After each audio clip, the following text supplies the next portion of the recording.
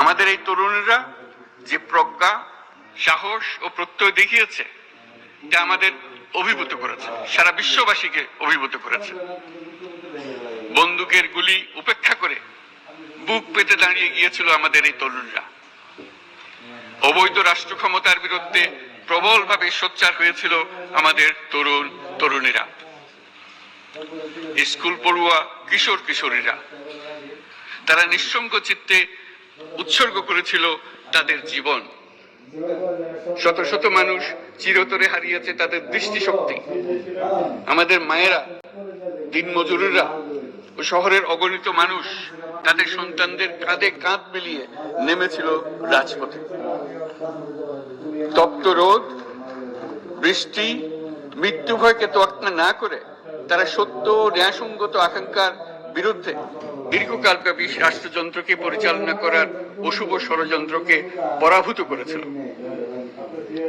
জনগণের এই আন্দোলনে আমাদের জানা মতে প্রায় 800-র বেশি জীবন আমরা হারিয়েছি স্বৈরাচারী শক্তির হাতে। উদারনীতি, বহুত্ববাদ ও ধর্ম নিরপেক্ষতার উপর মানুষের গভীর বিশ্বাস থেকেই বাংলাদেশ রাষ্ট্রের অভ্যুদয় হয়েছিল। 1971 সালে যে মূল্যবোধকে বুকে ধারণ করে আমাদের গণমানুষ যুদ্ধ করেছিল, সেই মূল্যবোধকে বহু বছর পরে জেনারেশন জি, যে প্রজন্ম জি, নতুন ভাবে আমাদেরকে দেখতে শিখিয়েছে। এরকমটি আমরা দেখেছিলাম 1952 সালের ভাষা আন্দোলনে, বাংলাকে মাতৃভাষা হিসেবে প্রতিষ্ঠার সময়। বাংলাদেশের এই অভ্যুত্থান আগামী দিনগুলোতে বিশ্বের বিভিন্ন প্রান্তে মানুষকে মুক্তি ও ন্যায় বিচারের পক্ষে দাঁড়াতে প্রেরণা যোগাবে। আমাদের মুক্তি ও গণতান্ত্রিক আকাঙ্ক্ষাকে বাস্তবে রূপ দিতে আমি তাই আজ বিশ্ব সম্প্রদায়কে আমাদের নতুন বাংলাদেশের সঙ্গে সম্পৃক্ত হওয়ার উদাত্ত আহ্বান জানাচ্ছি। মাননীয় সভাপতি,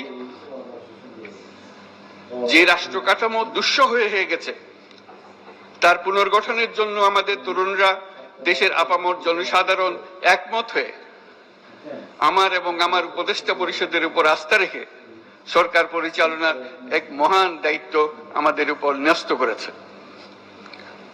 এই দায়িত্ব গ্রহণের পর আমরা গভীর বিস্ময় ও হতাশার সঙ্গে মুখোমুখি ভাবে দেখতে পাচ্ছি কিভাবে সর্বগ্রাসী দুর্নীতি একটি কার্যকর গণতান্ত্রিক ব্যবস্থাকে ধ্বংসস্তূপে পরিণত করেছে, কিভাবে রাষ্ট্রের মূল প্রতিষ্ঠানগুলোকে নির্মমভাবে দলীয়করণের আবর্তে বন্দী করে রাখা হয়েছিল, কিভাবে জনগণের অর্থকে লুটপাট করা হয়েছিল, কিভাবে একটি বিশেষ স্বার্থান্বেষী গোষ্ঠী সমস্ত ব্যবসা বাণিজ্যকে অন্যায়ভাবে নিজেদের হাতে কুক্ষিগত করে দেশের সম্পদ অবাধে বিদেশে পাচার করে দিয়েছে। এক কথায়, কিভাবে প্রত্যেকটি পর্যায়ে ন্যায়, নীতি ও নৈতিকতা অদৃশ্য হয়ে গিয়েছিল। এরকম এক অবস্থার দেশকে পুনর্গঠন এবং জনগণের কাঙ্ক্ষিত রাষ্ট্র ব্যবস্থা প্রতিষ্ঠিত করার জন্য আমাদের উপর দায়িত্ব প্রদান করা হয়েছে।